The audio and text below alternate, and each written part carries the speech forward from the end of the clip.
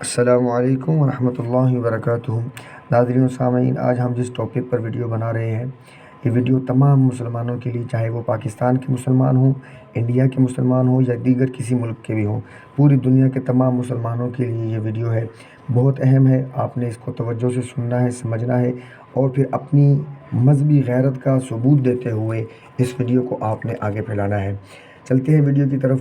آپ کو یہ میں بتاتا چلوں، انڈیا کے کچھ کافر دشمنوں نے، جو اسلام کے دشمن ہیں، انہوں نے اسلام کی دشمنی میں جہاد سے روکنے کے لیے 72 حوروں کی احادیث کو، فرامین مصطفیٰ کو، ہمارے کریم آقا کے ایسے فرامین جن میں جنتیوں کے لیے، خاص طور پر شہداء کے لیے 72 حوروں کو انعام کے طور پر بیان کیا گیا ہے، اس کو ٹاپک بنا کر اس پر ایک فلم بنائی ہے جس کا نام ہی انہوں نے 72 حوریں رکھا ہے۔ اس فلم میں وہ کافر مسلمانوں کا اور اسلام کا مذاق اڑا رہے ہیں، اور وہ یہ ثابت کرنا چاہتے ہیں کہ مسلمان مجاہدین صرف اور صرف ان 72 حوروں کی لالچ میں جہاد کر رہے ہیں، یہ عورتوں کے شوقین ہیں، ان 72 عورتوں کے حاصل کرنے کے چکر میں یہ جان دیتے ہیں اور کافروں کو مارتے ہیں۔ تو یاد رکھیں، کان کھول کر سن لیں وہ کافر، سب سے پہلے یہ بات اچھی طرح سمجھ لیں، ہم مسلمان صرف اور صرف اپنے اللہ اور اس کے رسول کے حکم پر جہاد کرتے ہیں۔ ہمیں اگر وہ ایک بھی حور نہ دے تو بھی ہم اسلام کے تمام دشمنوں سے جہاد کریں گے۔ ہمیں خالی ہاتھ بھی جہاد کرنا پڑا ان سے تو ہم جہاد کریں گے۔ ہمیں اپنی موت سامنے نظر بھی آتی ہوئی تو ہم جہاد کریں گے۔ کیونکہ ہمارے رب کا حکم ہے، ہمارے محبوب کا حکم ہے، ہم اس حکم کی خاطر جان دے بھی سکتے ہیں، جان لے بھی سکتے ہیں۔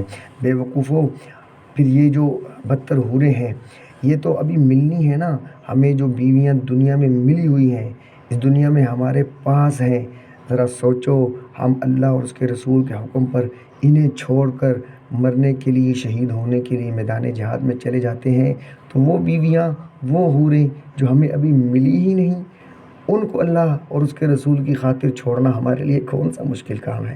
جو بیویاں ہمارے ساتھ رہ رہی ہیں، جن کو ہم نے حاصل کر لیا ہے، پا لیا ہے، ان کو اگر ہم چھوڑ سکتے ہیں اور مرنے کے لیے چلے جاتے ہیں جہاد میں، تو بے وقوفو، وہ حوریں جو ہمیں ملی ہی نہیں، وہ بھی ہماری بیویاں ہیں، تو ان کو ہم اللہ رسول کی خاطر جب چاہیں، جب اللہ رسول ہمیں حکم دے تو ہم ان کو بھی چھوڑ سکتے ہیں۔ اور نمبر 2، وہ حوریں کوئی ہماری معاذ اللہ ناجائز تعلقات والی عورتیں نہیں ہیں، وہ ہماری بیویاں ہوں گی۔ تم بے وقوفوں کو کیا معلوم، جیسے اس دنیا میں ہماری بیویاں ہیں تو اس میں کیا عجیب ہے؟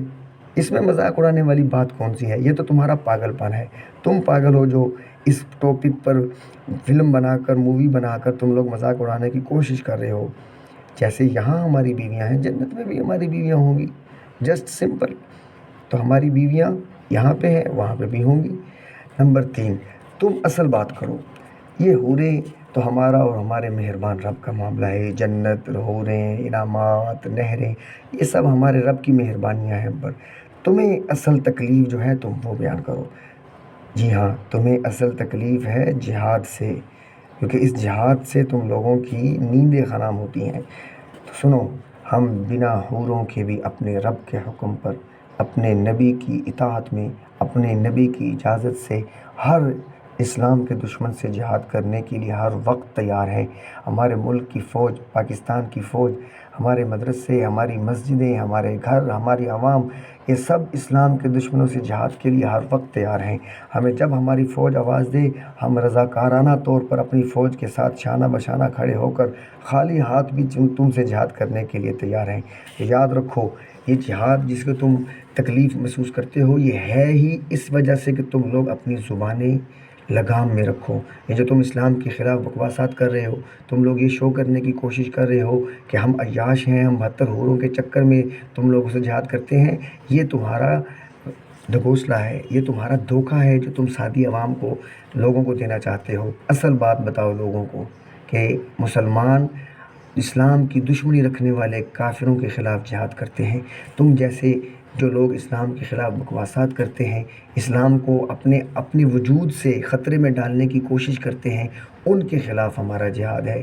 ورنہ ہمارے ملک میں جو کافر رہتے ہیں ان سے تو ہمارا کوئی جہاد نہیں، ہم ان کو تو کچھ نہیں کہتے۔ ہمارے ملک میں ہندو ہیں، ہمارے ملک میں عیسائی ہے، ہمارے ملک میں سکھ ہے، تو دیکھ لو ہم ان سے تو کوئی جہاد نہیں کر رہے، کیوں؟ کیونکہ وہ اسلام کی دشمنی کے لیے کوئی کام نہیں کر رہے۔